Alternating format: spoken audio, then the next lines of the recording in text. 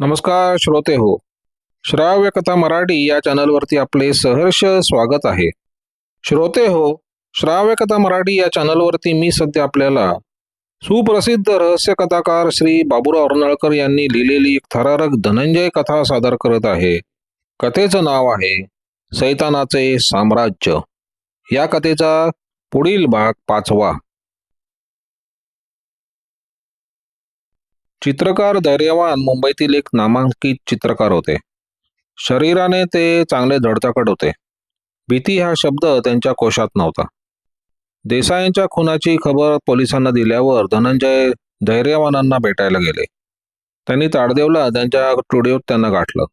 धनंजयांचा आणि त्यांचा चांगला परिचय होता.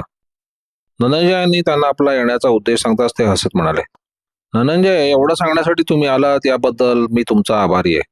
पण मी अशा बाबतीत घाबरणारा नाही, हे तुम्हाला माहिती आहे. हे बाय धैर्यवान, मी तुम्हाला घाबरण्यासाठी नाही आलो. मी तुम्हाला सावध करण्यासाठी आलोय. माझं सांगणं असं हसण्यावारी नेऊ नका. तुमच्या प्राणाशी गाठ आहे हे लक्षात ठेवा.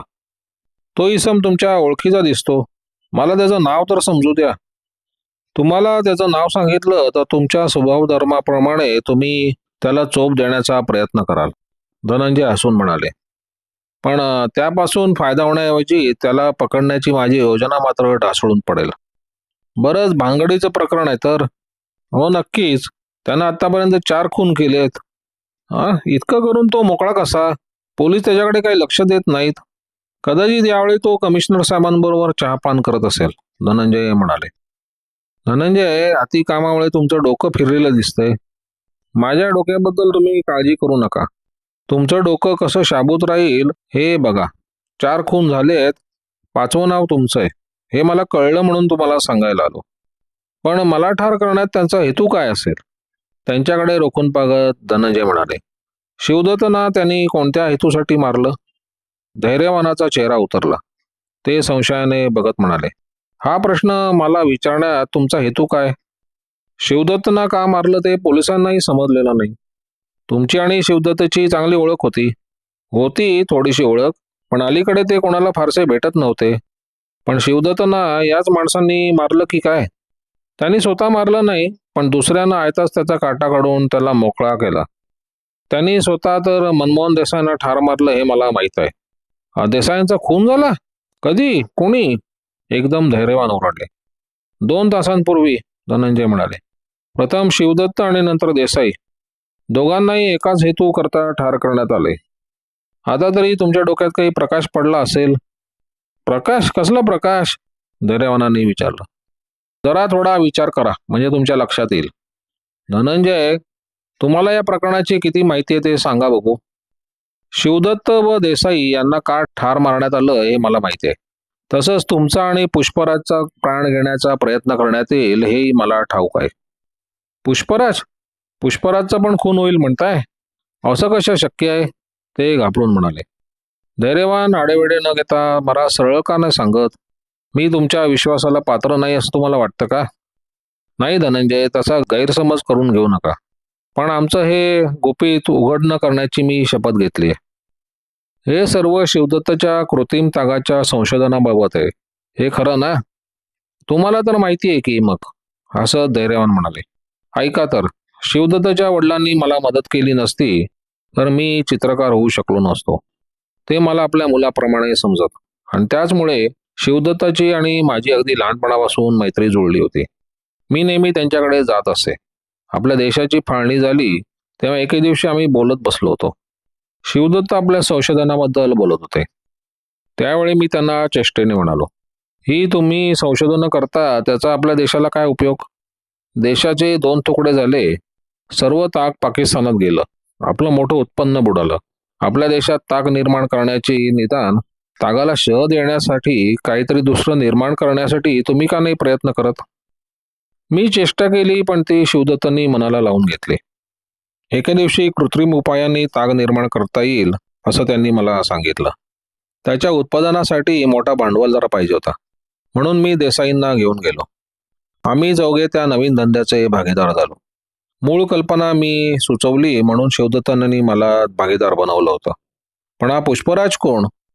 पुष्पराजांनी संशोधनाबाबत शिवदत्ताच्या बरोबरीने मेहनत घेतली. ही योजना यशस्वी होण्यास पुष्पराजचेही श्रम कारणीभूत झाले आहेत. दर महिन्याला ठराविक दिवशी आम्ही विचारविनिमयासाठी एकत्र जमत होतो. तुम्ही त्या खिडकी वाटे जाता येत होतात की नाही? धनंजयांनी विचारलं. तुमच्यापासून काही लपवून ठेवण्यात अर्थ नाही, धैर्यवान म्हणाले. दर महिन्याला पुष्पराज संशोधनात किती प्रगती झाली हे आम्हाला समजावून सांगत असे. गेल्याच महिन्यात संशोधन पूर्णपणे यशस्वी झाल्याचं पुष्पराजनं आम्हाला सांगितलं आणि संशोधनाबाबत महत्वाचे कागदपत्र बनवण्यात आले. शिवदत्तांना आपल्या घरावर पाळत आहे असं वाटायला लागलं. तेव्हा त्यांच्या समजुतीसाठी आम्ही त्या खिडकीचा उपयोग करू लागलो. तुम्ही तिघं म्हणजे तुम्ही, शिवदत्त आणि पुष्पराज असे तिघे त्या खिडकीचा उपयोग करत होतात. धनंजयच्या त्या साध्या प्रश्नानं धैर्यवान अडखळले. ते म्हणाले, हो, आम्ही तिघं त्या मार्गानं जात येत होतो. मला आता या पुष्पराजची माहिती सांगा. माफ करा, पुष्पराजबद्दल काही विचारू नका. मर्जी तुमची, पण पुष्पराजचा जीव धोक्यात आहे ही गोष्ट लक्षात घ्या. धैर्यवानाची ओढाताण होऊ लागली. काही वेळ विचार करून ते म्हणाले, खरंच काही झालं तरी पुष्पराजला धक्का पोचता कामा नये. अगदी पेचात पडल्यासारखं झालंय. बरं, सांगतो तुम्हाला.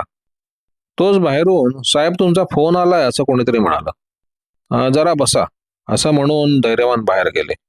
बाहेरच्या खोलीत टेलिफोन होता. का कोणास ठाऊक, पण कसलीशी शंका मनात उद्भवून धनंजय उठले आणि दाराकडे गेले. तोच एक पिस्तूल झाडल्याचा आवाज आणि किंकाळी ऐकवले. दार उघडून धावत ते बाहेर पडले. टेलिफोन जवळ धैर्यवान गतप्राण होऊन बाहेर पडले होते. कोणीतरी पळत गेल्याचं ओझरतं त्यांनी बघितलं. धनंजय स्टुडिओच्या बाहेर आले. सुदैवाने एक शिपाईच बाहेर उभा होता. त्यांनी विचारले, या घरातून कोणी बाहेर जाताना तू बघितलं काय?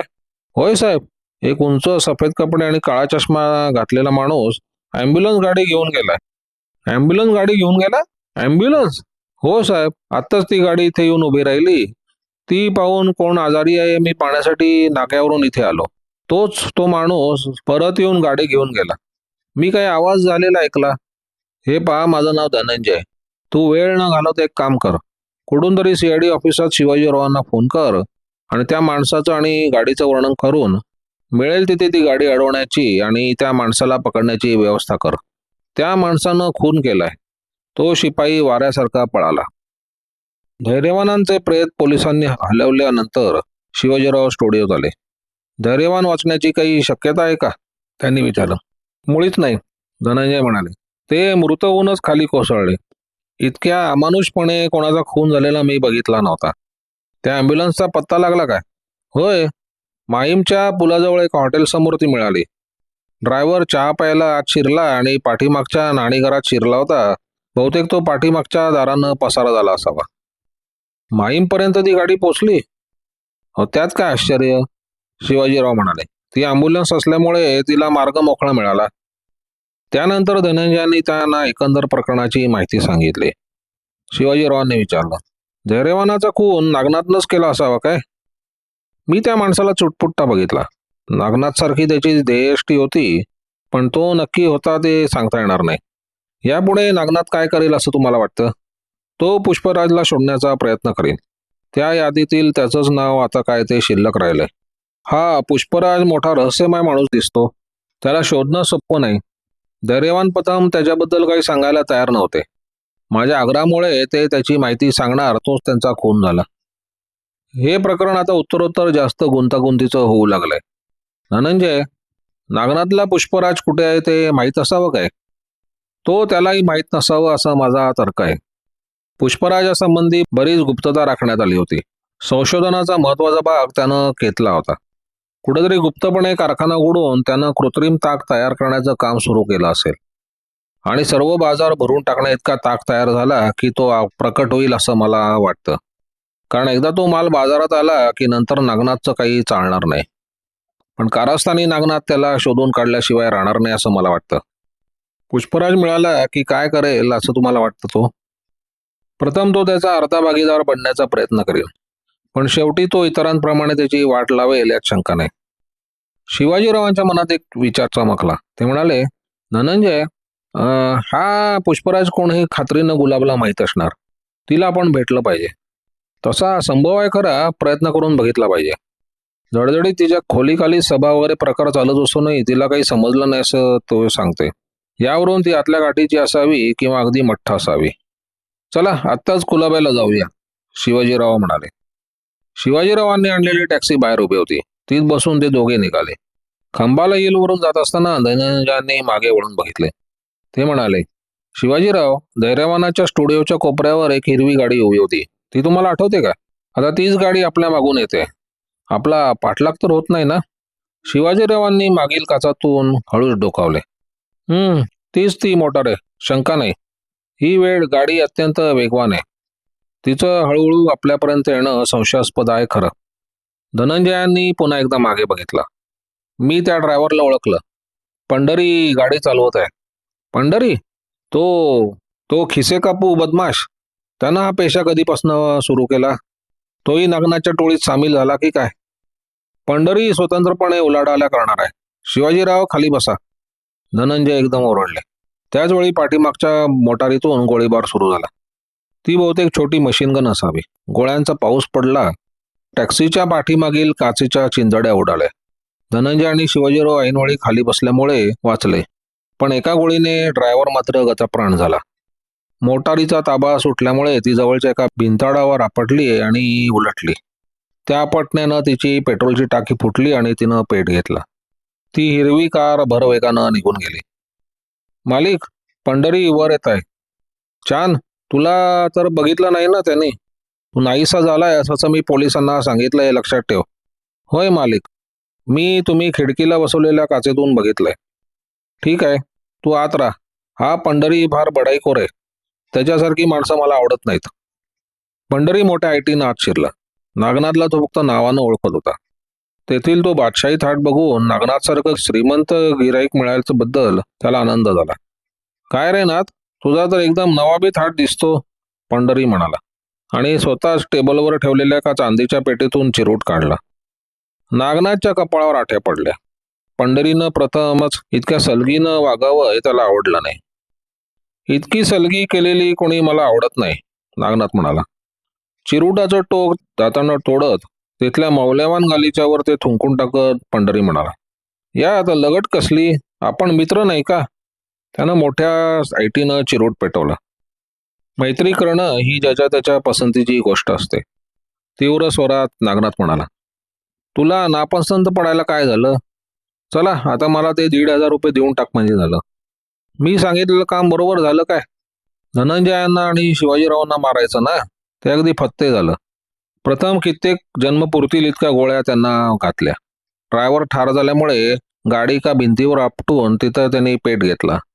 त्यांना मारलं नव्हे तर जाळून पण टाकलं. 1,500 रुपये काढ. मी तुला फक्त 1,000 रुपये देण्याचं कबूल केलं होतं. धनंजयबद्दल 500 आणि शिवाजीरावांबद्दल 500.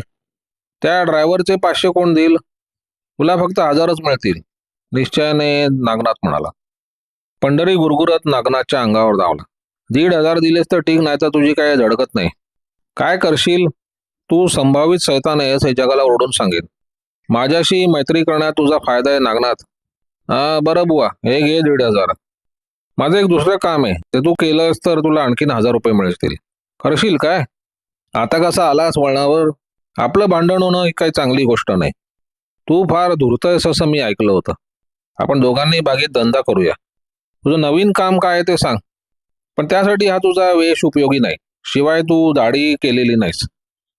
जवळच एक शाही केश कर्तनालय आहे, पण तेथे दाढी करणं काही तुला परवडणार नाही. का नाही परवडणार? मी आत्ता तिथून दाढी करून येतो. माझी टोपी इथेच असू दे, पंढरी म्हणाला. त्यानं नागनाथने दिलेल्या नोटा खिशात ठेवल्या आणि डोलत तो बाहेर पडला. तो गेल्यानंतर नागनाथनं एक गुप्त जागेत लपवलेला फोन उचलला. मी नाथ बोलतोय. श्रीरंगला बोलवा, तो म्हणाला. हे बघ श्रीरंग, आता एक उंच पांढरे कपडे घातलेला तरुण दाढीसाठी येईल. त्याची एकदम स्पेशल दाढी बनवायची. ते पहा, त्याच्या खिशात 1,500च्या नोट आहेत, त्या काढून घे. टेलिफोन पुन्हा लपवून नागनाथ समाधानानं हसला आणि चांदला हाक मारत तो म्हणाला, चांद, ही टोपी भट्टीत घालून जाळून टाक. पंढरीला आता त्याची जरुरी भासणार नाही.